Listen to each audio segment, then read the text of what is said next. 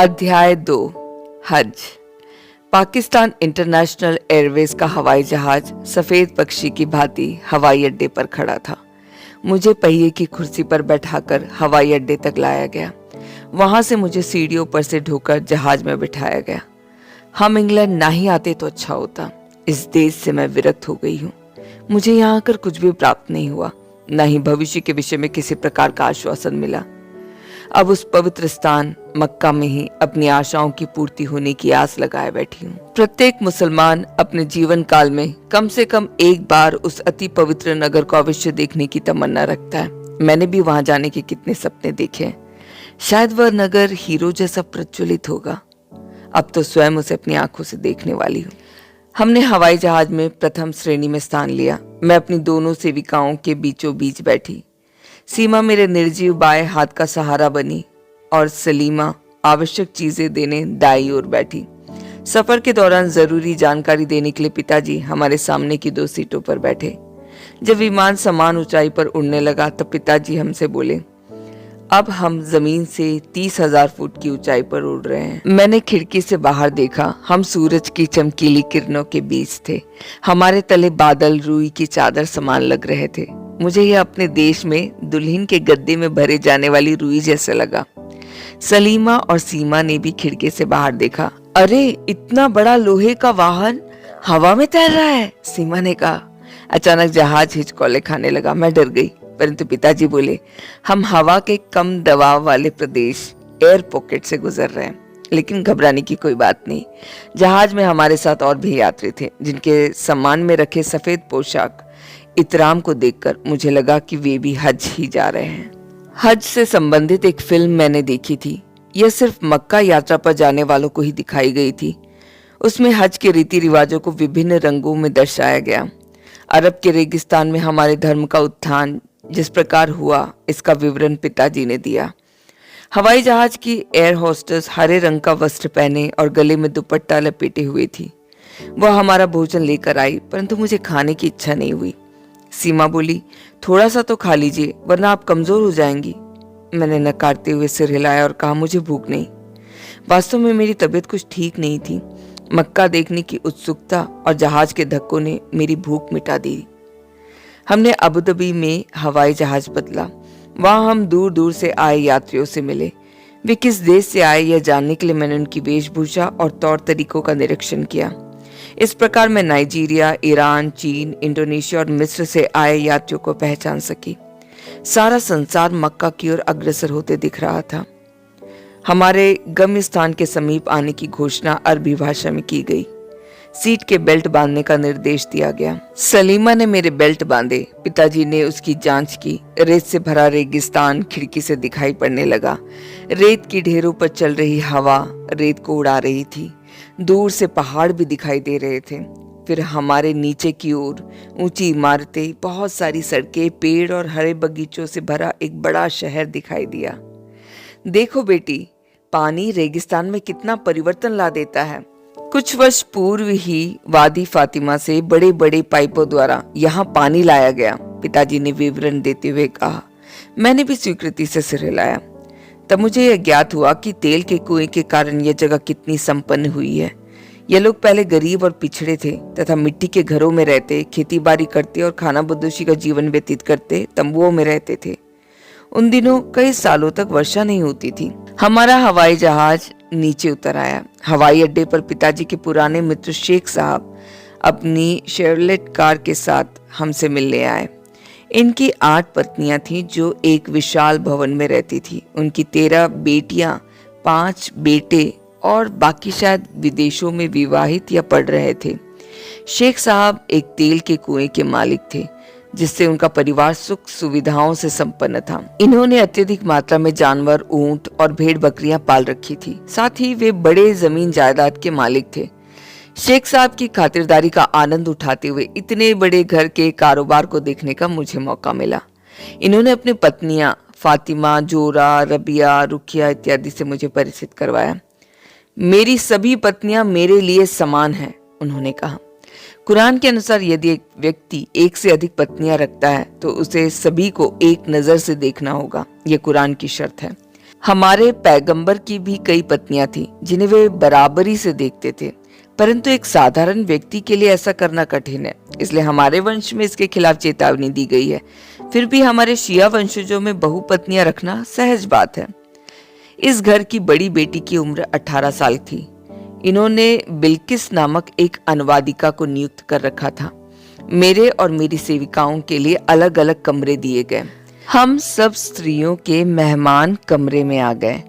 उन्होंने मुझसे कई प्रश्न पूछे। क्या पाकिस्तान में सड़क और नगर है? वहाँ का खान पान कैसा है? कौन कौन सी सब्जियां उगाई जाती है? क्या लड़कियों के लिए स्कूल है? क्या तुम लोग हमेशा ऐसे ही वस्त्र पहनती हो? मैंने उनके सभी सवालों का जवाब दिया। मुझे ये जानकर खुशी हुई कि वे पाकिस्तान आना चाहती थी। फिर मैंने भी उनसे पूछा, यहाँ आप लोग जीवन कैसे बिता रहे हैं? दिन भर क्या करते हो? परंतु उनके पास कहने के लिए बहुत कम था, क्योंकि शेख साहब, उनकी पत्नियां और बेटियां अक्सर घर पर ही रहा करती। पढ़ी लिखी बेटियां भी कोई काम नहीं करती थी। गप्पे हाँकना, टेलीविजन देखना, अरबी और अंग्रेजी कहानियां पढ़ना, यही उनकी दिनचर्या हुआ करती। घर पर ही उनकी सारी आवश्यकताओं की पूर्ति होने के कारण वे खुश दिखाई पड़ रही थी। खरीदारी करने बिल्किस उनके साथ जाती। पैसों का लेखा जोखा भी वही रखती। शेख साहब की पत्नियों के जीवन का प्रमुख उद्देश्य अपने पति को संतुष्ट रखना था। जब कभी बाजार जाना होता तो वे अपने काले बुर्के पहनकर बिल्किस के साथ जाती।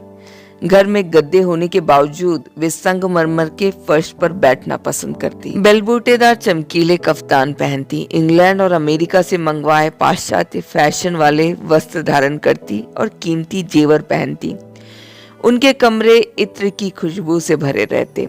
रात को सोने से पहले कुछ समय मैं पिताजी से मिलकर बातें करती। यद्यपि शेख साहब की उम्र 65 वर्ष थी, फिर भी वे ऐसे न दिखते। उनके चेहरे पर झुर्रियां नहीं थी। उनमें प्राचीन और नवीन विचारों का मिश्रण था। खरीदारी उन्हें बहुत प्रिय थी। धूम्रपान, काली चाय पीना और अरबी संगीत सुनने का उन्हें बहुत शौक था। चाहे किसी को पसंद हो या नहीं, उन्होंने ऐसा प्रबंध कर रखा था कि वह संगीत सभी कमरों में सुनाई देता। जिस किसी वस्तु का आनंद उठाया जाए उसे सभी में बांटा जाए, यही उनकी इच्छा थी। भोजन में एक पूरा मेमना पकाया जाता। चप्पलों को भोजनालय के बाहर ही छोड़ते। कमरे के चारों तरफ लगे गुदगुदे तकियों को टेककर पारसी कालीनों पर एक दायरे में बैठते। खुशबूदार चावल, गरम गरम मांस, सब्जियां, रोटियां, पुडिंग या हलवा इत्यादि को वे अपने जरूरत के अनुसार बड़ी बड़ी थालियों में परोसकर अपने दाहिने हाथ से खाते।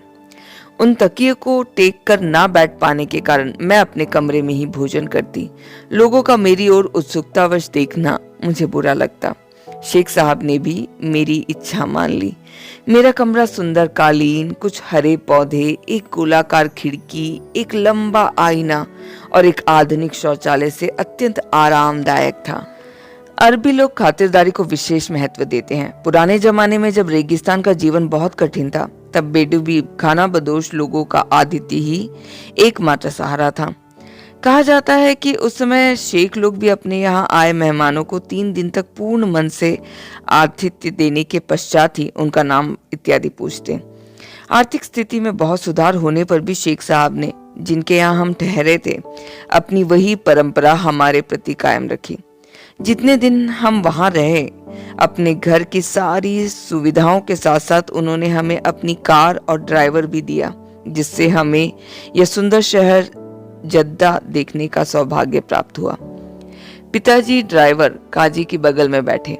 पिछली सीट में पर्दे लगे थे। मैंने खिड़की का पर्दा हटाकर शहर देखा। त्योहार का महीना होने के कारण नावों और वायुयानों से आए यात्रियों से शहर भरा हुआ था। ड्राइवर काजी ने अब्दुल अजीज सड़क में स्थित 10 मंजिली ऑफिस की इमारत दिखाई। सड़क पर बड़ी अमेरिकी मोटर गाड़ियों को धक्कम धक्का करते, भार उठाते गधे भी जा रहे थे। हमने सुक नामक सड़क के बाजार को देखा, जहां कॉफी के बीजों से लेकर कालीन तक, मक्का का पवित्र जल तथा विदेशी वस्तुएं सब कुछ बिक रहा था। उस पुराने शहर की इमारतों में जालीदार छज्जे लगे थे। इन छज्जों की ओर से मुस्लिम स्त्रियां शहर की चहल पहल देख रही थी। अब इस शहर का विस्तार हो गया है। कम कीमत पर घर भी बन रहे हैं। जब यहाँ तेल नहीं था तब हर तरफ गरीबी और तकलीफें थी, परंतु तेल के कुओं के कारण अब अच्छा भोजन तथा बच्चों की पढ़ाई जैसी सभी सुविधाएं उपलब्ध है, काजी ने हमें बताया। एक स्थान पर हमने कुएं से तेल निकालते हुए देखा, लेकिन उसकी गंध मुझे बिल्कुल अच्छी नहीं लगी। आखिरकार हमने मक्का के लिए प्रस्थान किया। शेख साहब ने कहा, आपकी यात्रा को सुखमय बनाने के सारे प्रबंध कर दिए हैं, मेरी कार और ड्राइवर को साथ ले जाइए। पिताजी ने उनका शुक्रिया अदा करते हुए कहा, आपने बड़ी उदारता और प्रेम से हमारा आतिथ्य किया है। शेख साहब अपने सभी मेहमानों के साथ ऐसा ही व्यवहार करते, विशेषकर पिताजी के पुराने मित्र होने के नाते उन्होंने ऐसा बड़ी खुशी से किया। पाकिस्तान में पाई जाने वाली अच्छी नस्ल के भेड़ों और बकरियों को वे पिताजी से खरीदते थे, जिनके लिए पाकिस्तान काफी मशहूर है। इस प्रकार व्यापार में साझेदारी होने के नाते उन्होंने हमारा खास ध्यान रखा। अगले दिन तड़के ही नमाज का पाठ करके हम मक्का के लिए रवाना हो गए, क्योंकि हम रास्ते में सब कुछ देखना चाहते थे। यहाँ एक साथ 4 कारें जाने योग्य विशाल सड़कों का निर्माण हुआ है। इन पर हजारों की संख्या में यात्रियों को ले जाती टैक्सी, ट्रक और बसें देखने में सुंदर लग रही थी। वहां से मक्का 45 मील दूर है। कई लोग तपती धूप को सहने के लिए तैयार आगे बढ़ रहे थे। उन्होंने ऐसा गरीब होने के कारण नहीं किया, वरन इब्राहिम ने जिस प्रकार हाजिरा और इस्माइल के लिए जगह ढूंढते हुए पैदल चलकर कष्ट उठाया था, उसका अनुभव करने के लिए किया।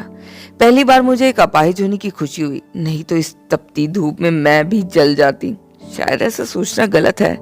प्राण तक अर्पण करना ही हज यात्रा का मकसद है। रास्ते के दोनों ओर लगे बिजली के खंभों और नलों को दिखाते हुए ड्राइवर काजी ने बोला, यहाँ के राजा ने यात्रियों की सुविधा के लिए रास्ते भर में बिजली के खंभे और पीने के पानी का प्रबंध किया है। वे प्रतिवर्ष त्योहार के महीने में अपने मंत्रियों तथा राजकुमारों के साथ आकर यात्रियों का स्वागत करते हैं। यहाँ से मक्का 15 मील दूर है। केवल मुसलमानों को आगे जाने की अनुमति है, इस प्रकार लिखा हुआ एक बोर्ड दिखाई दिया। वहां सिपाही बंदूक लिए यात्रियों के प्रवेश पत्र की जांच कर रहे थे। हमारे ड्राइवर के कुछ कहने से हमारी कार को आगे जाने दिया। अब हमें पहाड़ की चढ़ाई करनी थी। यह सड़क चट्टानों के बीच से निकाली गई है। हम सफेद पोशाक पहने यात्रियों को पार करते आगे बढ़े। अल्लाह को छोड़ और कोई खुदा नहीं, अल्लाह के पैगंबर मोहम्मद है, लोग पवित्र कुरान की यह प्रार्थना दोहरा रहे थे। हमने जैसे ही पहाड़ को पार किया, सूर्य के प्रातःकालीन प्रकाश में जगमग चमकता श्वेत पवित्र नगर दिखाई दिया।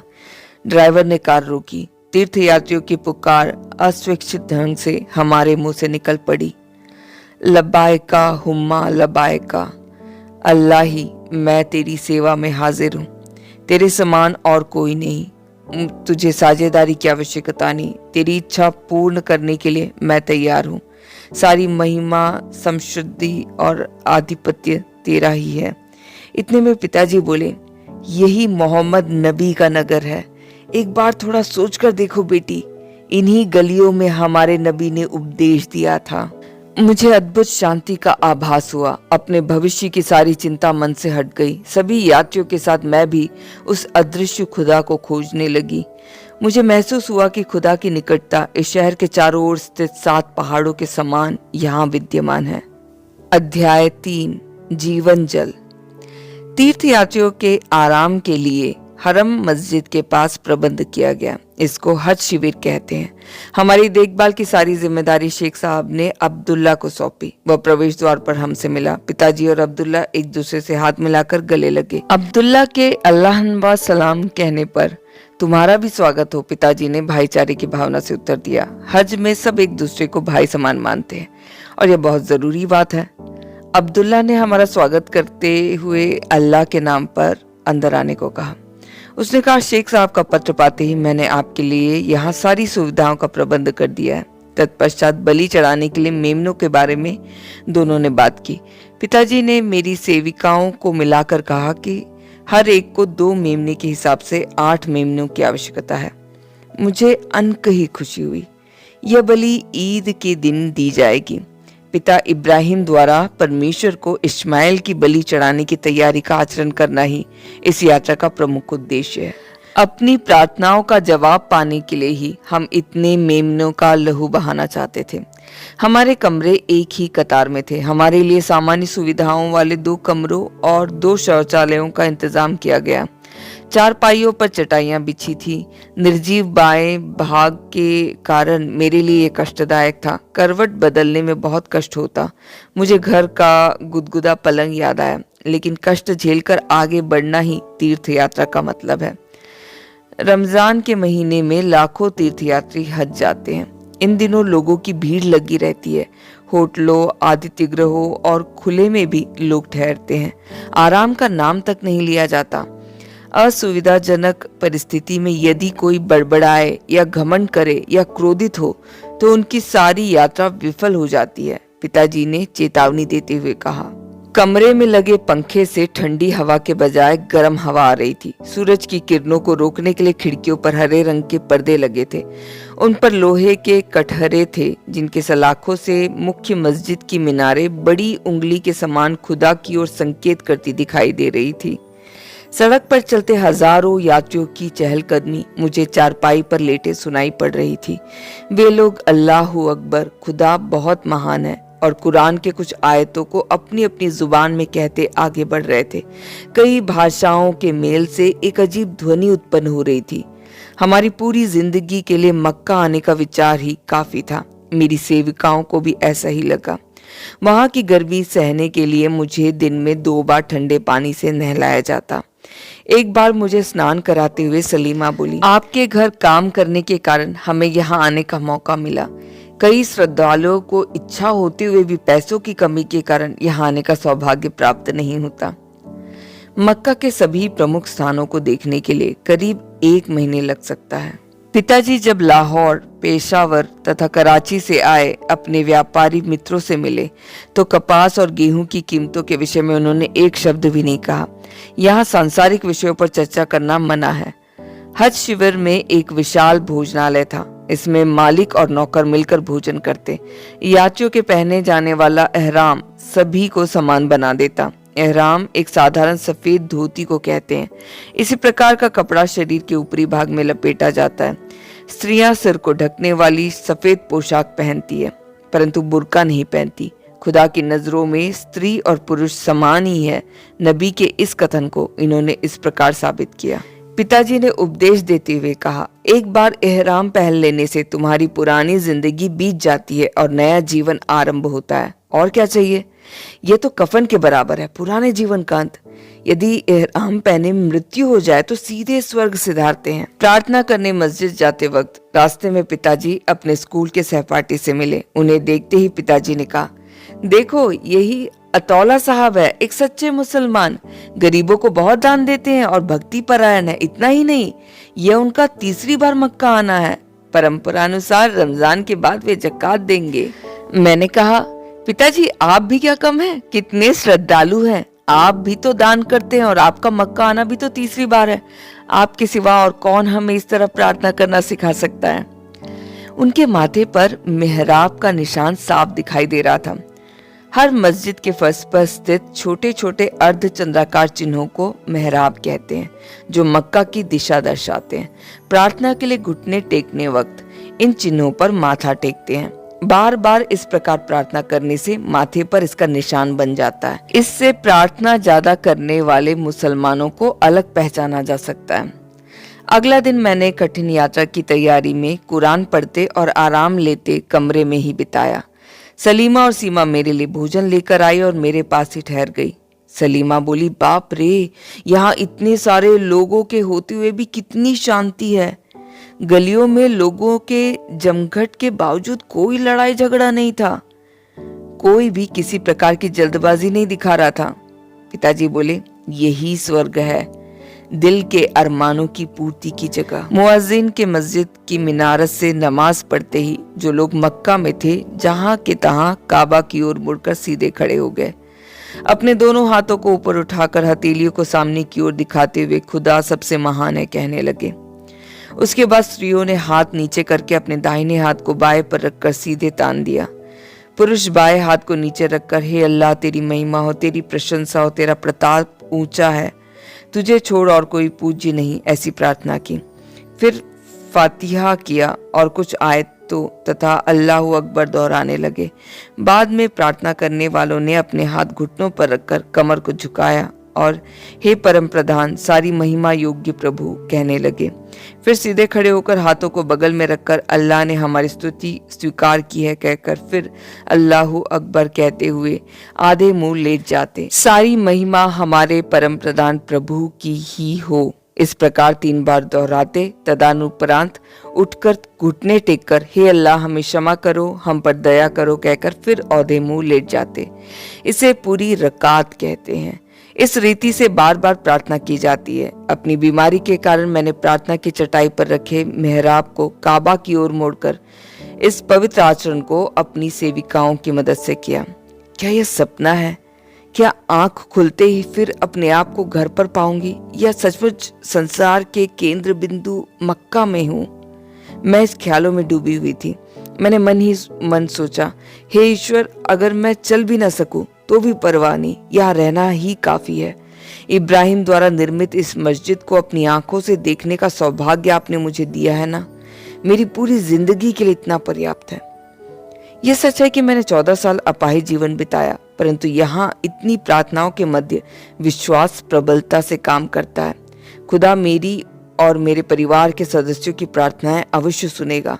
मेरी चंगाई के लिए मोहम्मद खुदा से निवेदन करेगा। खुदा का नाम लेते ही मेरे मन में किसी प्रकार की प्रतिमा का आभास नहीं होता। हमारे पवित्र कुरान में खुदा को 99 नामों से पुकारते हैं। कुरान में लिखित है कि उन्हें जानना किसी के लिए संभव नहीं। खुदा की तुलना किसी भी मनुष्य से नहीं करनी चाहिए। ऐसा सोचते हुए मैंने फातिहा दोहराई। तेरी ही आराधना हम करते हैं, तुझसे ही मदद मांगते हैं, ना कि तेरे क्रोध पात्रों के मार्ग में, ना कि गुमराहों के मार्ग में, तेरे अनुग्रह पाने वालों के मार्ग में, सीधे मार्ग में हमें चला। कुरान के अनुसार मुसलमानों के लिए जिंदगी एक राह के समान है। जन्म इसकी शुरुआत और मृत्यु तथा न्याय इसका अंत है।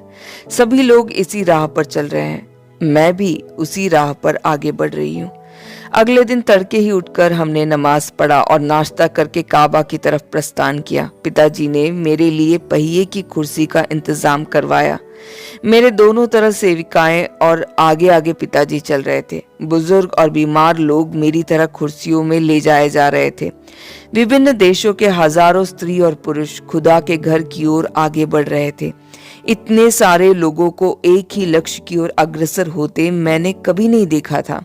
ऐसी भीड़ मैंने लंदन, लाहौर और रावलपिंडी में भी नहीं देखी। यह एक मानव प्रवाह है। सभी लोग कुरान की आयतों को दोहराते और प्रार्थना करते चल रहे थे। हरम नामक इस पुराने मस्जिद के चारों ओर मजबूत दीवारें बनी हुई है। इनमें कई दरवाजे हैं। अंदर जाने से पहले स्त्रियों को स्त्रियों द्वारा और पुरुषों को पुरुषों द्वारा जांच की जाती। कुछ अधर्मियों ने इस पवित्र नगर में घुसकर इसे हानि पहुंचाने और अपवित्र करने की कोशिश की थी। उनके साथ क्या किया गया था? मैंने पिताजी से पूछा। उन्होंने कहा, ऐसे लोगों को बंदूक से मार डाला होगा। बाप रे, इतना कठोर दंड! कहते हुए मैं कांप उठी। फिर मैंने सोचा, इस शर्मनाक कार्य के लिए उन्हें ऐसी ही सजा मिलनी चाहिए। उसके बाद हम उस मस्जिद के बड़े प्रांगण में पहुंचे जहां ऊंची ऊंची मिनारतें थी। कहा जाता है कि इसका निर्माण 8वीं शताब्दी में हुआ था। अब इसका विस्तार किया गया है ताकि हजारों भक्तगण यहाँ प्रार्थना कर सके। हमने अपनी चप्पलें रखवाली करने वाले व्यक्ति को दी और उसके बदले में एक टोकन का सिक्का लिया। फिर हम बिछी हुई कालीनों को पार करते हुए एक विशाल खुले हुए अंदरूनी हिस्से में पहुंचे। उसके बीचों बीच षटकोण आकृति का ग्रेनाइट मकान बनाने वाला बड़ा पत्थर से बनी एक इमारत दिखाई दी। यही खुदा का घर काबा है। इसके चारों तरफ महंगी जरी के बिलबूटों से सुसज्जित एक काला कपड़ा लटक रहा था, जिस पर सोने के अक्षरों में खुदा का नाम लिखा हुआ था। काबा की ओर मुंह किए सफेद वस्त्र पहने हजारों लोगों से वह जगह भरी थी। वे काबा के गोल गोल घूम रहे थे। संगमरमर की पगडंडियां इन गोलाकार जगह से निकल रही थी।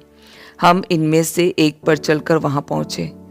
यहाँ पहिए की कुर्सी का इस्तेमाल करना मना है, पैदल ही चलना होगा। चूंकि मैं चल नहीं सकती थी, मुझे 4 बलवान लोग पालकी में बैठा कर ले गए।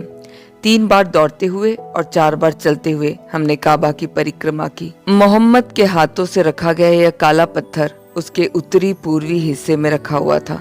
प्रत्येक बार इस पत्थर को पार करते वक्त सब अल्लाहू अकबर का नाम लेकर चिल्लाते। इस प्रकार परिक्रमा करना मेरे लिए आसान नहीं था।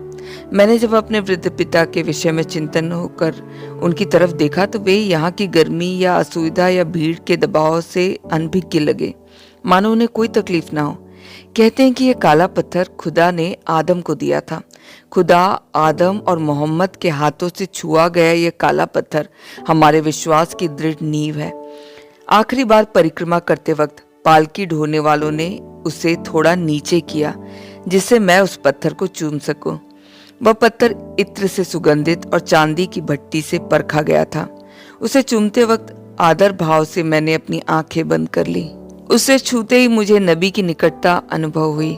धूप के कारण वह पत्थर मेरे होठों को गर्म लगा। चारों ओर अत्यंत शांति का एहसास हुआ। कृपया मुझे स्वस्थ कीजिए प्रभु, तथा बाकी रोगियों को भी ठीक कीजिए, मैंने प्रार्थना की। लेकिन मुझ में कोई बदलाव नहीं हुआ। इसके बाद सलीमा और सीमा ने मुझे पीछे की ओर खींचकर पालकी में ठीक तरह बैठाया।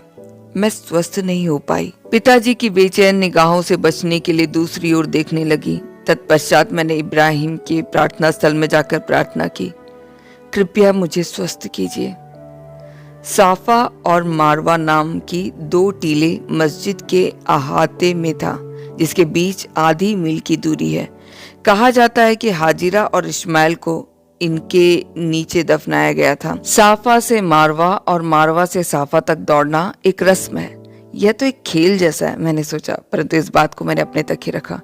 सभी बड़ी श्रद्धा से दौड़ रहे थे। मुझे भी पहिए की कुर्सी पर बैठाकर 7 बार संगमरमर की पगडंडी पर दौड़ाया गया। हाजिरा और इस्माइल ने प्यास बुझाने के लिए पानी की तलाश की थी। खुदा ने उन्हें अब्बा जमजम जीवन जल नामक एक कुंड दिया। लोग इस जल को खरीदकर स्टील के कटोरे में पी रहे थे। हमने भी यह जल पिया। पिताजी ने इस जल को एक चमड़े की थैली में भरकर खरीदा, क्योंकि उनका उद्देश्य कुछ जल पाकिस्तान ले जाने और बाकी चंगाई के लिए मेरे ऊपर उंडेलने का था। लगभग पूरा दिन बिना भोजन या विश्राम के इतने सब रिवाजों को पूरा करके हम अपने कमरे में लौट आए। लेकिन अभी भी सारी रस्में पूर्ण नहीं हुई है।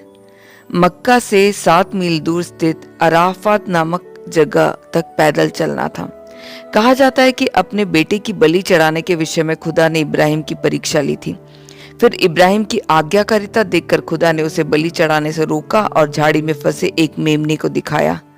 अराफात जाते वक्त मार्ग में हमने मीना के भी दर्शन किए, जो कि उन 3 शैतानों को दर्शाते 3 स्तंभ है जिन्होंने इब्राहिम को बेटे की बलि चढ़ाने से रोकने की कोशिश की। इसकी अवहेलना करते हुए सब लोग इस स्तंभों पर पत्थर और चप्पल मारते। फिर हम उस जगह पहुंचे जहां इब्राहिम ने बलि चढ़ाई थी। यह शहर के बाहरी भाग में है। सब लोगों के साथ हम भी पंक्ति में खड़े हो गए। बलि चढ़ाने के लिए कसाई की जरूरत होती है। कसाई ने एक हाथ में छुरी और दूसरे हाथ में मेमने को पकड़ा। मैंने छुरी के ऊपर हाथ रखते ही कसाई ने उसका वध किया। उसके गले से बहते खून को एक बर्तन में इकट्ठा किया, परंतु मुझे उस मेमने पर कोई दया नहीं आई। बलि चढ़ाना तो खुदा की आज्ञा है, इसलिए मैंने इसे ठीक समझा। इसके बाद एक और कसाई मेमने की खाल उधेड़ने लगा। चूंकि कई और लोग इंतजार में थे, हम अपने बाकी मेमनों का वध होते हुए नहीं देख पाए। कुछ लोग बकरियां और ऊंटों की भी बलि चढ़ाते हैं। 6 लोगों के लिए 1 ऊंट की बलि काफी है, पिताजी ने बताया। ऊंट की बलि चढ़ाते देखना मुझे अच्छा नहीं लगता और ना ही ऐसी परिस्थिति उत्पन्न हुई। काटे गए जानवरों के मांस का कुछ हिस्सा गरीबों में बांटा जाता है और कुछ हज शिविर के भोजनालय में बेच दिया जाता है। यहाँ की गर्मी में मांस अधिक देर तक अच्छा नहीं रहता, इसलिए बचे हुए को जला देते हैं। साधारणतया मीना में यात्री 3 दिन ठहरते हैं। अगले दिन सब लोग इहराम उतारकर अपने अपने देश की पोशाक पहनते हैं। पुरुषों का सिर मुंडवाना या बालों को हर तरफ से बहुत छोटा काटना आवश्यक है। स्त्रियों का भी कम से कम 1 इंच तक बालों को काटना जरूरी है। यहाँ सब एक दूसरे को हज मुबारक हो कहते हुए अभिवादन करते हैं। फिर सब नए पुराने मित्र मिलकर दावत मनाते हैं। दुश्मनों से मेल मिलाप करते हैं, आपसी मतभेदों को दूर करते हैं। पिताजी ने कहा, अगर सभी इस हज के रीति रिवाजों का पालन करने लगे तो यह संसार कितना सुखमय हो जाएगा। मेरी बीमारी के कारण हम औरों की तरह 3 दिन तक मीना में नहीं रुक सके। शीघ्र ही हज शिविर लौट आए। मुझे तुरंत स्नान घर में एक स्टूल पर बैठाया गया। नीचे गिरने के डर से सलीमा मुझे पकड़े खड़ी रही और प्रार्थनाएं दोहराने लगी। फिर सलीमा ने एक प्लास्टिक की बाल्टी भरकर जमजम का पानी मुझ में उड़ेल दिया। मेरे हाथ पैर ठीक हो गए होंगे सोचकर मैंने उनकी जांच की, परंतु ऐसा कुछ नहीं हुआ। मेरे मन की पीड़ा उससे कई गुना बढ़ गई। सेविकाओं ने बाल पोंछकर मुझे दूसरे कपड़े पहनाए। मुझे दोनों पैरों पर चलकर आते देखने के लिए पिताजी बाहर इंतजार कर रहे थे, लेकिन मुझे अपाहिज ही बाहर लाया गया। पिताजी मुझे देखकर, आज तुम्हें ठीक करना शायद अल्लाह की इच्छा नहीं, फिर भी हमें उम्मीद नहीं छोड़नी चाहिए, खुदा बड़ा महान है, कहते हुए बाहर चले गए। इस परंपरा को पूरी करके हज यात्री अपने अपने देश वापस लौट जाएंगे। वहां उनका सम्मान किया जाएगा। कुछ लोग अपनी दुकानों के नाम के आगे हाजी लगा लेते हैं, अर्थात अब से वे एक विश्वसनीय व्यापारी बन गए हैं। पिताजी बोले, वे सचमुच ऐसे बन जाए तो कितना अच्छा हो।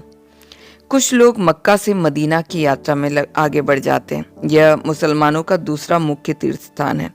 यह मक्का से 250 मील दूर है। कहा जाता है कि जब मोहम्मद को मक्का से भगा दिया गया तब उन्होंने यहाँ 10 साल बिताए। शताब्दी की 622वीं ईस्वी में इस्लाम धर्म की स्थापना की। उन्होंने अपनी शेष जिंदगी मदीना में ही बिताया। वहीं पर उनकी कब्र है। इस नगर से संबंधित कहानियां मैं बचपन में सुना करती थी। मदीना में एक बहुत सुंदर मस्जिद है। मोहम्मद की कब्र पर श्रद्धांजलि अर्पित करने के लिए हम मुलायम कालीनों पर चलकर गए। कब्र एक कालीन से ढकी थी। उसके चारों ओर कांच की दीवारें थी। सब लोग कब्र को ना छू पाने के कारण उसकी परिक्रमा करते उन कांच की दीवारों को चूम रहे थे और पैसे तथा फूल मालाएं अंदर की ओर फेंक रहे थे। वहां खड़े सेवक उन फूलों को कब्र पर सजा रहे थे। लोग चारों ओर फैले विशाल अहाते में बैठकर भक्ति गीत गा रहे थे। पिताजी के एक पीर होने के नाते मुझे कब्र के पास जाने की अनुमति दी गई। मेरे लिए कांच की दीवारों के बीच वाला दरवाजा खोला गया। उस दरवाजे के पास पहिए की कुर्सी पर बैठे मैंने 2 मिनट प्रार्थना की। हमारे धर्म के अन्य प्रमुख लोगों की कब्र भी यहीं पर है। हमने उनके भी दर्शन किए। फातिमा का खजूर का बाग भी देखा। मोहम्मद ने अपनी इस बेटी की खातिर उसे बनवाया था। हमने अपने रिश्तेदारों के लिए यहाँ से 15 किलो खजूर के फल खरीदे। ये बहुत महंगे थे। मदीना में हमने ड्राइवर काजी से विदाई ली। पिताजी ने बख्शिश एक लिफाफे में रखकर उसे दी। उसने हमारी मदद बड़ी खुशी से की थी। हमने शेख साहब को अपना सलाम भेजा। फिर मदीना से हवाई जहाज द्वारा हम बेतेल, मुक़द्दस, यरूशलेम पहुंचे। यह मुसलमान, मसीही और यहूदियों का मुख्य केंद्र है। इस बार मुसलमानों का रमजान, यहूदियों का फसह का पर्व और मसीहियों का ईस्टर सभी त्योहार एक ही दिन आने के कारण यरूशलेम यात्रियों से भरा हुआ था। यहाँ के मस्जिद का नाम अल मस्जिद अल अक्सा है। मोहम्मद नबी द्वारा मक्का को मुख्य केंद्र बनाने के पूर्व वे इसी मस्जिद की तरफ मुड़कर प्रार्थना करते थे। उसके पास वाली जगह इब्राहिम की मानी जाती है। दाऊद राजा ने उसे खरीदा था और सुलेमान ने इस मंदिर का नाश कर दिया। अब इसकी सिर्फ एक ही दीवार बच गई है। यहूदी इस दीवार के पास खड़े होकर अपनी खोई हुई महिमा का विलाप करते हैं। अब यहाँ डोम ऑफ द रॉक नामक हमारी एक मस्जिद है। हमने यहाँ एक होटल में रात बिताई, परंतु मैं इस जगह को देखने नहीं गई। ठीक न हो पाने की वजह से मैं बहुत दुखी थी। अगले दिन हम मोहम्मद के पोते हुसैन, उसके परिवार और नौकरों समेत 72 जनों की कब्र देखने इराक में करबला नामक जगह गए। यहाँ एक बहुत बड़ा युद्ध हुआ था। सीरिया के राजा खलीफा याजिद ने इस युद्ध में हुसैन और उसके 72 सेवकों को मौत के घाट उतार दिया था। हम उन्हें शहीद मानते हैं। तब से प्रतिवर्ष हम उनकी मौत का शोक मनाते हैं। गलियों में जुलूस निकाला जाता है जिसमें पुरुष और लड़के कोड़ों से अपने आप को मारते और हम शोक पूर्वक उनके पीछे चलते हैं। मुहर्रम के महीने में लोग काले वस्त्र पहनते हैं और जंग जैसे शहर में कोई भी अपने परिवार में शादियां करने की बात तक नहीं सोचता। मेरी चंगाई के लिए करबला में भी हमने प्रार्थना की, लेकिन वह मुझे प्राप्त नहीं हुई। पूरा 1 महीना तीर्थ यात्रा में बिताने के बाद अब घर वापस जाने का समय आ गया। कराची जाने के लिए हवाई अड्डे पर इंतजार करते वक्त पिताजी मेरी ओर देखकर बोले, खुदा तेरी और मेरी परीक्षा ले रहा है बेटी, लेकिन विश्वास कभी मत छोड़ना, तुम एक दिन अवश्य चंगी हो जाओगी। मेरे प्रिय पिताजी, कितना प्यार, भक्ति और धैर्य उनमें। मेरे अत्यंत कुमलाए मन को उन्होंने अपने शब्दों से सांत्वना देने की पूरी कोशिश की। मुझे उनकी बातों से नया उत्साह प्राप्त हुआ। ठीक है पिताजी, अब मैं निराश नहीं होंगी और उम्मीद नहीं छोड़ूंगी। अल्लाह और अपने नबी के प्रति हमेशा विश्वसनीय रहूंगी। उनका हौसला बढ़ाने के लिए मैंने हंसकर कहा। उन्होंने झुककर मेरा माथा चूमते हुए कहा, बहुत धैर्यशाली हो बेटी। मेरी सेविकाओं ने भी धीरे से कहा, बीबी जी अल्लाह पर भरोसा रखो। इस तीर्थ यात्रा से हमें कोई ना कोई आशीष अवश्य प्राप्त होगी। इस उम्मीद से हम कराची होते हुए लाहौर पहुंचे। हवाई अड्डे पर पहुंचते ही हमारे रिश्तेदार और नौकर फूल मालाएं लेकर प्रतीक्षा कर रहे थे। हज यात्रियों को छूने से भी आशीर्वाद मिलता है, इसलिए वे हमें छूकर अल्लाहू अकबर दोहरा रहे थे। उन्होंने मेरे निर्जीव हाथ पैर को देखा, परंतु किसी ने कुछ भी नहीं पूछा। फिर पिताजी ने कहा, खुदा किसी के साथ अन्याय नहीं करता, हमें उसके समय का सहिष्णुता से इंतजार करना चाहिए।